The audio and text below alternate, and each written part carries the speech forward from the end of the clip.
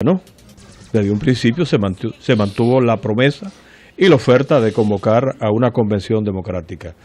Lo que pasó ayer no tiene el más mínimo parecido, ¿no?, a un evento donde funcionaran las reglas de la democracia. Lo primero es que no se cumplió el mandato del Tribunal Superior Electoral de permitir la acreditación de delegados a todos los candidatos que participaron en la convención del PRD. La excusa en el caso de Guido Gómez Mazara es que no acreditó a tiempo a los delegados, pero claro está, no podía acreditarlo a tiempo, porque cuando intentó hacerlo, le dijeron que eso no estaba permitido. Y luego, cuando el Tribunal Superior Electoral emite una sentencia en ese sentido, pues sencillamente tiene que articular el procedimiento burocrático para proceder en consecuencia. No, pero que se pasó un día. Bueno, pero si se hubiera pasado un día en un proceso democrático, lo que debían hacer los responsables, los árbitros, y eso lo pongo entre comillas, de esa actividad, era ofrecerle todas las facilidades del mundo para que efectivamente participaran los representantes, los veedores de todas las partes, para que no hubiera duda. Justamente para que no pasara lo que finalmente pasó, que al no existir delegados representantes de los distintos candidatos, especialmente del candidato de la oposición en ese proceso, que era Guido Gómez Mazara, entonces ahora se han dado a conocer unos resultados que la verdad es que uno no se atreve a aceptar como válidos, independientemente de la simpatía que uno pudiera tener de un lado o de otro. ¿Por qué? Porque ¿quiénes contaron esos votos? ¿Quiénes contaron los votos en los centros de votación? ¿Quiénes participaron en el proceso de los escrutinios para justamente presentar los datos incluidos en el primer boletín de la Comisión Nacional Organizadora? Esos datos, esos números, esos votos solamente lo manejaron los representantes de Miguel Vargas Maldonado. Y lo extraño y sintomático es que en los únicos 22 centros donde por las razones que fuera se pudieron acreditar delegados de Guido Gómez Mazara, ahí Guido Gómez Mazara ganó un 86% contra un 11%. Entonces, ¿puede uno creer realmente que los datos aportados en los boletines emitidos por la comisión organizadora de la convención del PRD son creíbles? ¿Y qué puede esperarse, como necesariamente debería suceder, si prospera la iniciativa de Guido Gómez de presentar una impugnación primero ante la Comisión Nacional Organizadora, que es la primera instancia, ¿no?, de un reclamo de ese tipo, y luego ante el Tribunal Superior Electoral? ¿Qué debe esperarse que pase ahí? Ojalá que se pueda hacer un arqueo, una auditoría del proceso y se verifiquen los datos manejados por la comisión organizadora de la convención. A mí me pareció que la convención realizada ayer, desde el punto de vista de la comunicación y de la estrategia, es una especie de manual de lo que no se debe hacer. Un manual. Usted quiere no obtener una buena impresión, una buena percepción en la opinión pública. Usted quiere no obtener una buena percepción en la opinión pública. Haga todo lo que hicieron ayer y lo va a lograr.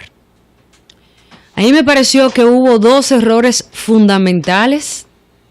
Ya mis compañeros han hablado de todo lo que, de todas las irregularidades y de cómo no le acreditaron los delegados y, bueno, reglas elementales que uno asume en el juego democrático. Pero ya desde el punto de vista táctico, a mí me parece que hubo dos errores fundamentales, que fue, primero, la forma en que recibieron, para llamarle de alguna manera, a Guido Gómez Mazara y le impidieron ejercer el derecho al voto. Ese fue el primer gran error táctico, porque en una convención que está plagada de denuncias, de alegadas irregularidades, bueno, lo lógico es que si tú tienes un candidato disidente, ese candidato disidente le aporta legitimidad a lo que tú estás haciendo. Entonces, ese candidato disidente, si tú estás manejando todas las reglas del juego, a ese candidato disidente tú tienes que tratar que no le dé ni una fiebrecita de pollo, porque ese es el que te está validando tu convención, tu certamen, tu elección, ese. Entonces, en el momento en que esta persona acude, acompañado de su madre y de otros seguidores, a la Casa Nacional y no le abren la puerta, oye, tenía que haber, si tú me preguntas a mí qué tú habrías hecho, si yo fuera Miguel Vargas, yo habría recibido a Guido Gómez Mazara, yo habría procurado tenderle la mano a Carmen Mazara, yo habría delegado en personas muy correctas que él y toda la gente que anduviese con él no tuviese el más mínimo inconveniente, que no pudiesen, como decimos en buen dominicano, agarrarse de nada, ni de un clavo caliente para decir, mira, aquí se me ha vulnerado mi derecho, pero le presentó la oportunidad de lograr la primera campanada de gran atención, porque le dio a Guido la posibilidad de convocar a una rueda de prensa en el mismo momento que el presidente del partido está votando. Y el segundo gran error es cómo lograron molestar a toda la prensa a través de las acciones de atropello a periodistas y reporteros y camarógrafos de diferentes medios en una actitud sumamente hostil hacia la prensa.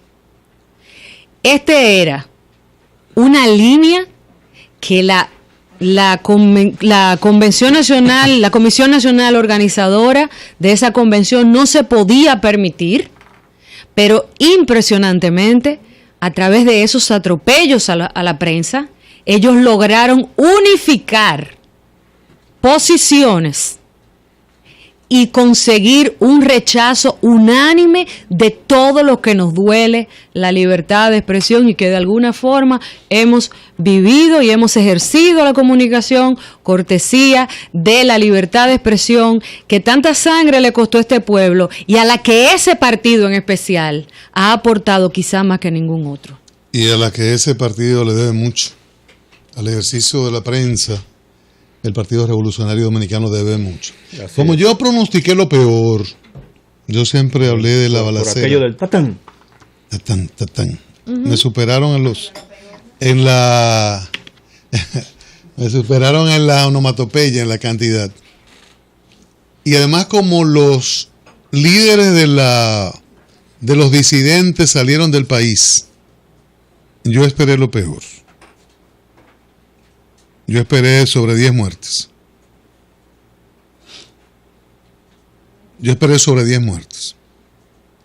Por eso, y no es cinismo, yo felicito a los PRDistas, porque no hubo muertes. Hubo mutilación de una mano, horrible, seguridad de un local. Hubo heridos en esa situación que se dio en el local, que todos vimos las imágenes. Y hubo situaciones violentas en diferentes puntos del país, pero realmente yo esperaba muertes y no hubo muertes, y eso un poco me tranquiliza. Lo otro es felicitar a Guido Gómez, porque de repente Miguel lo ha colocado como el contrincante, lo ha colocado en su nivel, en su peso. De repente Guido Gómez es el referente, el contrapeso en el PRD, porque los demás se fueron. Y realmente todo el proceso ha beneficiado y mucho a Guido Gómez. Perdió pero ganó. Sí, ¿a quién beneficiaba no votar? Que Guido Gómez no votara. A Guido. Guido Gómez dice que duró 22 minutos frente al local. Salí Ibarra y la gente de Miguel dicen que Guido Gómez fue para no votar, para crear esa situación. Pero no le podían dar la plataforma entonces. Esa es la versión que ellos dan. Por Dios. Ellos dan esa versión y dicen que cuando Mariñez regresaba con Tomás Hernández Alberto, que Guido se retiró exactamente cuando vio a Mariñez con Tomás, que venía a alcanzarlo a la puerta. Esa es su versión. Ahora, ¿a quién beneficia no votar? A Guido Gómez. Por todo. ¿Quién es el referente fuera de Miguel en el PRD? Guido Gómez. ¿A quién beneficia quedarse en el PRD? A Guido Gómez. Ahora, ¿cómo ven sus compañeros de kilómetros de lucha que ahora están en la disidencia, en el PRM, a Guido Gómez? ¿Le podrían abrir los brazos? Yo creo que ahora no. Porque Guido Gómez tiene un tamaño demasiado grande ahora. Y Guido Gómez en un sitio donde están ocupados los primeros puestos, aunque no ha sido por convención, ni va a ser por elección, pero ya está repartido la presidencia, la Secretaría General y de Organización. Allí no hay espacio para Guido Gómez. Pero Guido Gómez, con todo lo que le han hecho y todo lo que ha ocurrido, tal vez tenga más. Guido Gómez se ha ganado una posición en el PRD envidiable a partir de estos últimos 2 meses y esa colocación como adversario de Miguel, pese a que Miguel dominaba todas las estructuras y también el control de la comisión organizadora. Me quedan unas cuantas cosas, como a mi compañero se le quedó también, pero llevan los 3 minutos. Tenemos a Rosario Espinal, politóloga, que ha tratado mucho este tema durante mucho tiempo. Rosario, buenas tardes. Buenas tardes.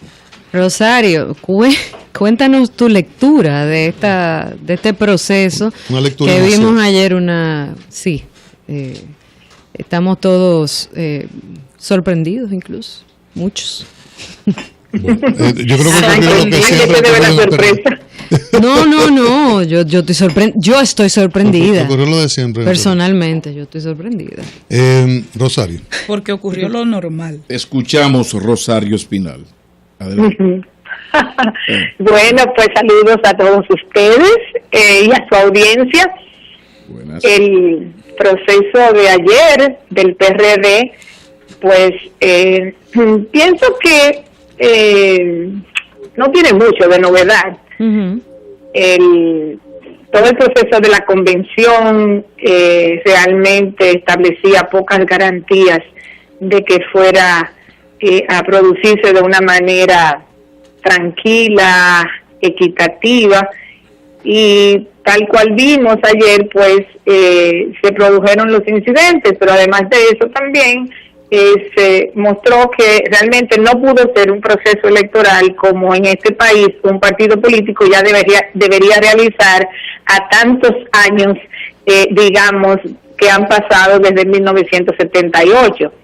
Entonces, como que vivir procesos de desigualdad electoral a estas alturas del juego democrático, pues realmente quizás en ese sentido entiendo la sorpresa. Pero yo pienso que en este proceso, que es lamentable, porque lo que hay son muchos perdedores. Realmente Miguel Vargas perdió la oportunidad de haber realizado una convención con todas las de la ley, donde si él ganaba surgiera legitimado en su triunfo. En este triunfo pues él no sale legitimado, porque lo que queda ante los ojos de la ciudadanía es caos, es conflicto, es desigualdad, etcétera. O sea que el objetivo, digamos, de un proceso electoral es legitimar la autoridad de alguien. Y en este caso, pues yo pienso que Miguel Vargas no sale con una autoridad legitimada. Ha perdido también el PRD porque realmente está más disminuido y seguirá disminuido al no poder organizar unas elecciones transparentes. Pierde el sistema de partidos, porque al sistema de partidos dominicanos no le conviene, no le resulta muy bien tener todos los partidos de la oposición debilitados y en procesos de fraccionamiento. Y consecuentemente pierde la democracia dominicana. O sea que yo pienso que hay muchos perdedores en este proceso y es de lamentar. Rosario, si hubiera que buscar alguna explicación en cualquier sentido frente a la resistencia de la Comisión Nacional Organizadora de la Convención del PRD, que evidentemente era respaldada por el presidente del partido, el ingeniero Miguel Vargas, a permitir la acreditación y la observación de observadores y delegados en ese proceso, inclusive para contar los votos, que fueron contados solo por una parte, ¿qué explicación podría buscársele? Bueno, yo pienso que cuando se hacen unas elecciones donde no se quieren observadores, donde no se quieren delegados, en fin, donde no se quiere igualdad de condiciones en un proceso electoral, es porque, como dice el refrán, hay gato entre macuto. Entonces, yo creo que, y además nosotros los dominicanos estuvimos muy acostumbrados a elecciones de esa naturaleza en el pasado. Así que como recordar eso. Realmente, si se quiere asegurar unas elecciones competitivas para que el que salga legitimado en su autoridad, entonces se toman todas las medidas posibles. Y más en este caso, cuando desde hace mucho se venía cuestionando la parcialidad de las instancias electorales, del Tribunal Superior Electoral, etcétera, etcétera. Cuando el presidente del partido es candidato a seguir siendo presidente y dice que va a ser el candidato presidencial de ese partido también. Entonces, dado todo ese escenario, a la convención organizadora le convenía haber tomado todas las precauciones del lugar para hacer unas elecciones democráticas. Si no lo hicieron es porque quizás asumieron que no podían obtener un triunfo por esa vía. Rosario, sí coincido contigo en el planteamiento de que, bueno, finalmente podemos hacer un balance de perdedores, pero en medio de ese balance de perdedores y muchas cosas que eran inclusive previsibles, es Guido Gómez y de manera directa y de manera indirecta el PLD el gran ganador en este proceso. Sí, indiscutiblemente el PLD apuesta a un debilitamiento de la oposición para poder seguir ganando elecciones. Entonces, desde ese punto de vista, al PLD le conviene, pero volvemos a un punto central de la democracia. La autoridad que hay que legitimarla. Aún con una democracia deficiente hay que legitimarla. Aunque al PLD le conviene tener una oposición debilitada para asegurar futuros triunfos, eso tiene un límite, porque al mismo PLD también le conviene tener una oposición más o menos funcional para poder legitimar su propia autoridad. Y organizada. Porque aunque temporalmente el PLD se está beneficiando indiscutiblemente de la debilidad de la oposición, llega un punto en que ya se satura ese proceso y entonces se comienza a cuestionar la legitimidad misma del partido beneficiario de esta situación. En el caso del PLD, esta situación no se ha hecho explosiva. Porque el presidente Danilo Medina registra un alto nivel de aprobación de su gestión. Entonces, el alto nivel de aprobación de la gestión de Medina le da estabilidad al PLD como partido gobernante y a todo el sistema político dominicano. Pero esa es la variable. Si esa variable no existiera, supongamos por un minuto que la popularidad de Danilo Medina fuera muy baja en este momento y que todos los otros factores estuvieran como están en este momento, el sistema partidario y el sistema político, por tanto, dominicano, estuviera en una situación sumamente delicada.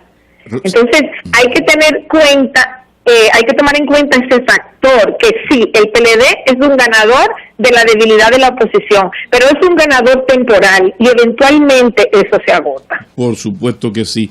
Indudablemente que Guido, yo decía ahorita, se ha presentado otras credenciales y es otro Guido a partir de ayer, pero también está la situación del PRD mayoritario o PRM. ¿Cuál es el futuro a corto plazo de un PRM que ahora se parecería que está en una situación más difícil, porque ya el adversario está dentro del PRD oficial y se llama Guido Gómez? ¿Cuál es tu lectura a esto? Bueno, lo que va a hacer Guido, después que él recurra a las instancias judiciales que él ha dicho que va, hay dos casos hipotéticos, o sea, uno, que le den razón a Guido y llamen a otra convención, o que no le den razón a Guido y que esa convención se quede como la convención final. Si eso se queda como la convención final, entonces, bueno, Guido y otros más que están ahí tendrán que tomar la decisión de si se quedan en el PRD, no importa qué, o si para las elecciones del 16 ellos buscan otra alternativa. Eso está por definirse. En sentido general, al día de hoy, la convención del PRD de ayer favorece al PRM y a la convergencia, porque el futuro de esas cosas que todavía no están cuajadas, pero vamos a decir en un estadio pre de cuajar, el hecho de que en el PRD toda esa gente que parcialmente o totalmente ha salido no vea ya opción ahí, pues facilita cualquier construcción de una alternativa electoral. Así es que indiscutiblemente que en este resultado, digamos, eso beneficia la necesidad de que todo ese sector del PRD que no está con Miguel Vargas tenga que buscar otra cobija electoral para el 2016. Así que en ese sentido, digamos que la convergencia se beneficia. Pero eso es eso está todavía por verse, porque todavía eso no ha tomado cuerpo. Ahí hay muchas variables que, bueno, no vamos a entrar ahora en eso, pero ahí hay muchas variables por definirse y está por verse qué pasa. Pero indiscutiblemente que la variable PRD, que ahora llámese como se llame, PRM o lo que fuera, ese segmento ya va a quedar, digamos, fuera de ese PRD controlado por Miguel Vargas, y eso beneficia esos intentos de coalición que se han estado produciendo. Bueno, Rosario, ayer a mí me parecía que las acciones de comunicación estaban como retardadas, como no sé, como retardadas, y luego entonces se anuncian ciertas acciones y se menciona personalidades de este partido que casi uno se imaginaba que estaban en retiro. Por ejemplo, bueno, Fiquito es diputado, pero imagínate tú, para desmentir unos tiros, como que Fiquito no es la persona más adecuada. Te hablan de un atentado a la libertad de prensa que es muy serio, las acciones que vimos ayer, y hablan algo que pasó por la mañana. Dicen a las 10 de la noche que van a hacer una comisión y dicen que va a estar presidida por Fulgencio Espinal. Entonces, ¿te parece a ti que hay alguna intención realmente renovadora? Se ha evidenciado ya ya hemos visto el resultado, ¿verdad? El resultado es ese. ¿Tú piensas que puede haber alguna intención renovadora, que va a haber realmente alguna evolución para seguir trillando el camino democrático? Porque quién sabe, a lo mejor, bueno, esa conversión pasó así, pero quizás se puede lograr algo con ese partido, qué sé yo. ¿Cuál es tu lectura? No, yo no creo que ahí hay nada. Yo no creo que ahí se puede lograr nada. O sea, realmente yo no veo. Aquí se pasaron 2 años esperando que se produjera un pacto, por ejemplo, entre Hipólito y Miguel Vargas. Yo nunca pensé que era muy posible, pero bueno, cada día yo pienso que se aleja más. Mira, en el PRD de hoy lunes, después de la convención de ayer, en ese PRD realmente no hay ningún elemento renovador, ninguna posibilidad, ninguna conceptualización, ningún liderazgo con capacidad de captar el sentimiento de transformación que puede existir en sectores de la sociedad dominicana. O sea, ¿quién es que va a votar por ese partido? Aquí se habla mucho de que el PRD es un sentimiento, de que aquí están los votantes históricos del PRD. No, aquí ya prácticamente no hay votantes históricos del PRD. Son gente muy viejas. O sea, lo que se puede llamar votantes históricos del PRD ya es una generación de más edad, y el gran electorado dominicano es más bien un electorado joven. Entonces, ya lo que sucede es lo siguiente: es cierto, el PRD captó un 47% del electorado, pero no es porque es un PRD del voto histórico, es porque hay un deseo de oposición, de votar por una alternativa, que eso es muy normal en un sistema político. generalmente un partido lo más que alcanza es un 50 y alguito en unas votaciones. Cuando un partido alcanza un 50 y alguito le va muy bien, porque siempre en una sociedad alrededor de la mitad de la población está en contra del partido que tiende a ganar. Okay.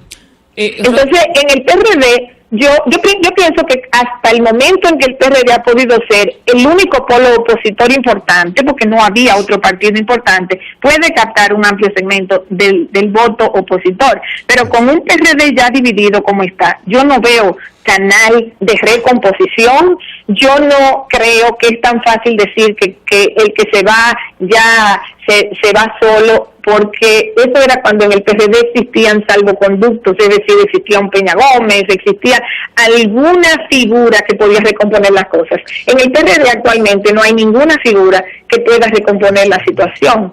Entonces, yo no estoy diciendo que el PRD va a morir, porque en el PRD hay muchísimas personas con aspiraciones de candidaturas, con liderazgos locales, y todo eso le va a traer votos.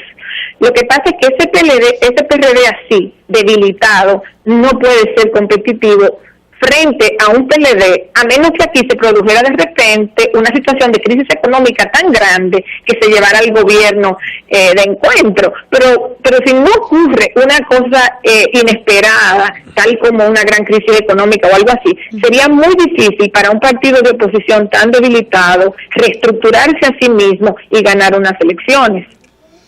Rosario, muchísimas gracias. Ok.